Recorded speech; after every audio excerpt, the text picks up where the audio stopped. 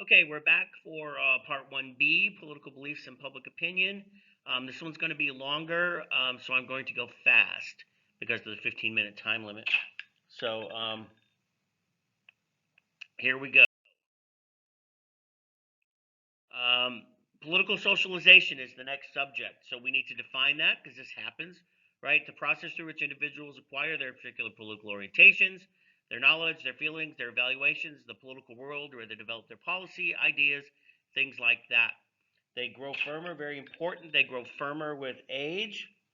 Um, so somebody like me, my opinions aren't going to change. Somebody like you, they're still malleable. They still may do some changing. And that's not 100% true, but it's for the most part true. Um, and socialization, every place does political socialization, and they're mostly aimed at the young because that's where the learning happens. And if you think back, say historically back, you can look at Hitler, the authoritarian regimes. The Hitler Youth comes to mind. The young communists in the Soviet Union and other places um, would do that to get the children as young as possible and try to indoctrinate them into exactly how they wanted things to be. But like I said, political socialization does happen um, everywhere, and it is much more subtle in a place like the United States because it is. It still happens, but it's more subtle. So it's not out there, and it's not trying to indoctrinate it like those groups in past historical times did. So what's the process? It starts with a couple of ways. It starts with family. Family is the most important portion of the political socialization process because your family has a monopoly on you early on for sure. Very, very powerful influence, whether it's on purpose or not. And I can tell you this, just from use me as an example. My father and I are as close as you can be politically to being exactly the same. Nobody is exactly the same.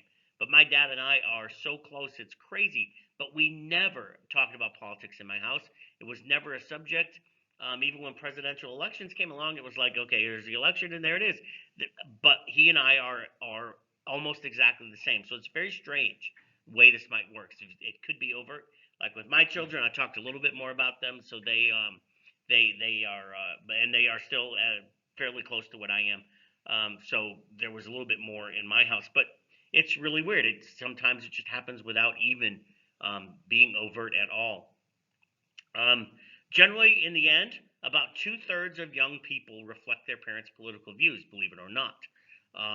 That is generally the political science conclusion. Um, Sometimes, of course, in the point that you're in your life, right, adolescent rebellion kicks in and all of that. Um, but it's still not necessarily a major effect. Right. The next place for socialization process happens in the mass media. In my day, of course, it was TV because that was the only mass media there was. But social media is ridiculous in what is out there, what's available, and how this works. And the problem is we have a serious lack of political knowledge. If you go on any of the things, the Twitter and the Instagram and all of that stuff, the lack of political knowledge on either side is just jaw dropping. Um, and that's part of the problem. And social media does not help that at all. In fact, social media hurts that. And in general, you can think of yourself perhaps.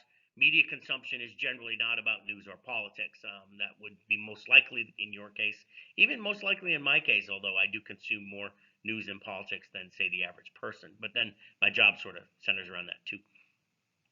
Um, where does government, though, have the most influence in the socialization process? This is key, and it is key, and hopefully you guessed it here as we go. It is, of course, in school.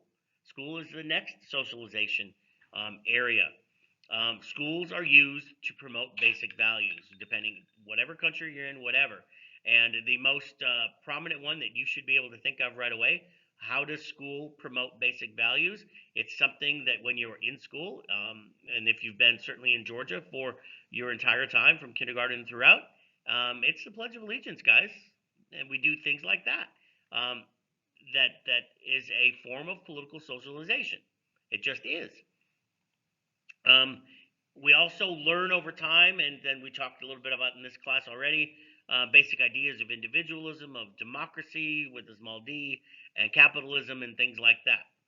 Um, and We also are taught that higher education equals better jobs, generally equals better pay, you're more likely to vote, you're more knowledgeable about politics and policy, you're more tolerant of opposing views. All sorts of things fit into that.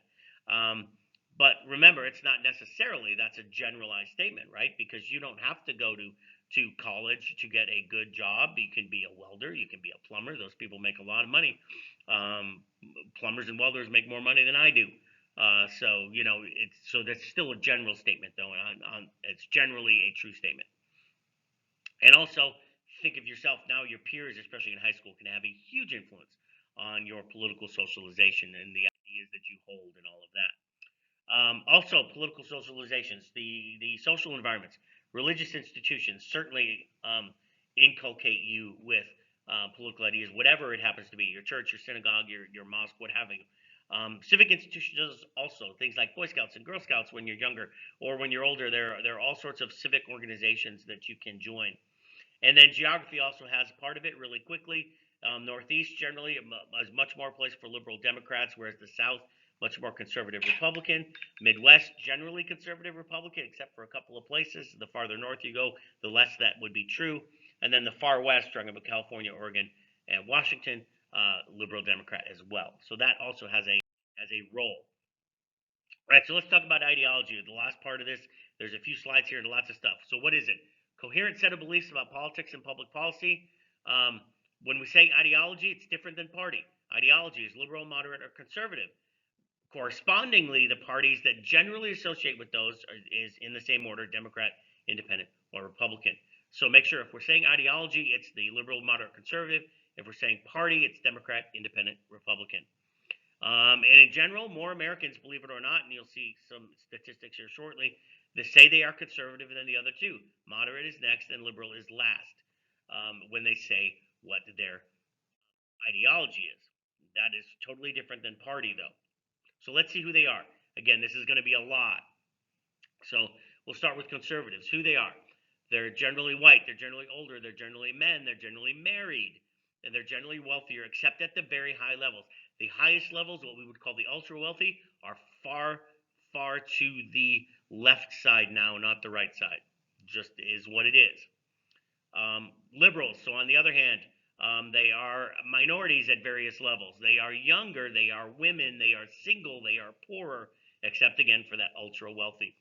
So, and remember, these are all very generalities. We have to deal with generalities in this class. So these are very much generalities. There is this thing called a gender gap. We do have to acknowledge that. The idea that women in this country are more liberal than men. They're more on the left than on the right. And the idea, so here's the definition, right? The regular pattern in elections where women support Democrats more than Republicans, because remember, Democrats line up more with liberal, Republicans line up more with conservative. Except if you're married. There is virtually no gender gap in married women. It's 50-50-ish. Okay?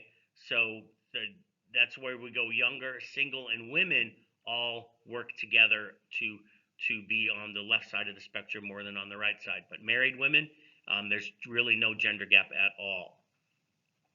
Religion also. Who's conservative religiously? Protestants, more or less. There are varying degrees, but Protestants, more or less. Catholics have become more conservative to the point where it's 50-50-ish. And the question is why there? Catholics used to be very, very reliably Democratic voters, very, very reliably liberal. Why they have become closer to half and half, and the issue is abortion. Okay, that's plain and simple. That is the issue. On the liberal side, Jewish people, liberal Protestant denominations, like the Episcopalians are more liberal, some Lutherans are more liberal, things like that. Jewish people, though, if there is a question, and there might be, that if you went and took a religion and said which one is the most partisan on one side or the other, that is Jewish people. They are very much more reliably Democrat than anything else is reliably Democrat or Republican. Okay? All right, so more on ideology. What do they believe? And this is where this is the biggest slide as far as ideas go. So we'll start with liberals today. Economics and politics, more regulation, more government involvement, universal health care, higher taxes, more government services, expansive view of the Constitution, as a living, breathing document that can be interpreted based on whatever is happening today and not really caring about what happened in the past. For social issues, pro-gay marriage, pro-choice, anti-death penalty, tighter gun control, pro-immigration/amnesty, personal responsibility, more government structure, more equality, less equality of opportunity, pro-affirmative action. And then, so conservatives, we look at essentially the opposite. So we will see for economy and politics, less regulation, less government involvement, free market solutions to healthcare, lower taxes, tighter interpretation of the Constitution. Social stuff, no gay marriage, although that's going nowhere anymore because it's there and it's not going away. It is what it is. Pro-life, pro-death penalty, freedom to keep and bear arms, anti-amnesty. And then lastly, for personal responsibility, less government intrusion, anti-affirmative action, less government involvement to ensure equal outcomes. So essentially the opposites here. And again, big time generalities because you can be conservative and believe some of the things that are up on the liberal side. You can be on the liberal side and believe some of the things that are on the conservative side. Again, generalities. So like I said, we're going to look at some numbers. We're going to compare ideology versus party. So ideology, 2020 ideology, 35% conservative, 36% moderate, so right even there. And then 26% say they're liberal. This is Gallup polls that they've been doing for years and years and years. Contrast that with party affiliation. We have at the beginning of 2020, we have 27% say they're Republican, 45% say they're independent, and another 27% say they're Democrat. So they don't necessarily line up, especially if you're answering a poll. So again, so you see the difference between ideology and party. There are a couple other ideologies out there we have to talk about really quick. Libertarians. They are economically conservative. The root word here is liberty for libertarians. So limited government interference, lower taxes, free market, all of the stuff that goes with that. But they are socially liberal. Abortion, it's nobody's business but the person who's doing it. Gay marriage, it's nobody's business but them. Illegal drugs, it's nobody's business but them. Very, very much socially liberal. The idea is, I leave you alone, you leave me alone. Okay? You do your stuff. If it doesn't affect my constitutional rights, I don't really care. They're also populists and progressives. These terms have changed. U.S. history last year, the populist and progressive eras, the end of the 19th century, early 20th century, things have changed a little bit. Populism is more of a strategy than an ideology. President Trump used populism as a way to become popular enough to be elected. Okay. The progressives generally use that word more than the word liberal these days. Sometimes they sort of equate because liberal over time has carries a poor reputation. So people who say they're liberal, a lot of times who think they're liberal will say they're progressive because it sounds better. All right. Lastly, 2 slides very quickly. It's running out of time. Ideologies do shift. A lot of times they shift with major events. Great Depression, we already talked about this. There was a huge change in attitude of people towards government involvement in the economy. They became more wanting the government to be involved. 1960s, Kennedy and his assassination changed things. Civil rights movement changed things. There's 1968 violence, one of the most violent years the country has ever seen. The Vietnam War, Watergate, those kind of things all feed into ideological shifts. That was a change in attitude over trust in government and other institutions. Trust in government went down tremendously. And of course, we have this new era that we can't really decide quite what's going on yet. The end of the Cold War, 9/11, things like that are where things are shifting now, but we can't quite quantify that shift yet. Lastly, some generational stuff. Political science says that most people come to their ideologies between the ages of 14 and 24. So there's still malleable time in here. We talked a little bit about that earlier. In general, millennials are the most liberal in the country today, and seniors are the most conservative. This will change. The country will become more liberal over time as more seniors and boomers die. However, again, millennials will stay very liberal, but the last thing to say that today, the generations under millennials, which is your generation and the generation even ahead of you, they may be less liberal than, say, the millennials are. So, it's going to shift. Things will shift, and things have always shifted. So that's it for today.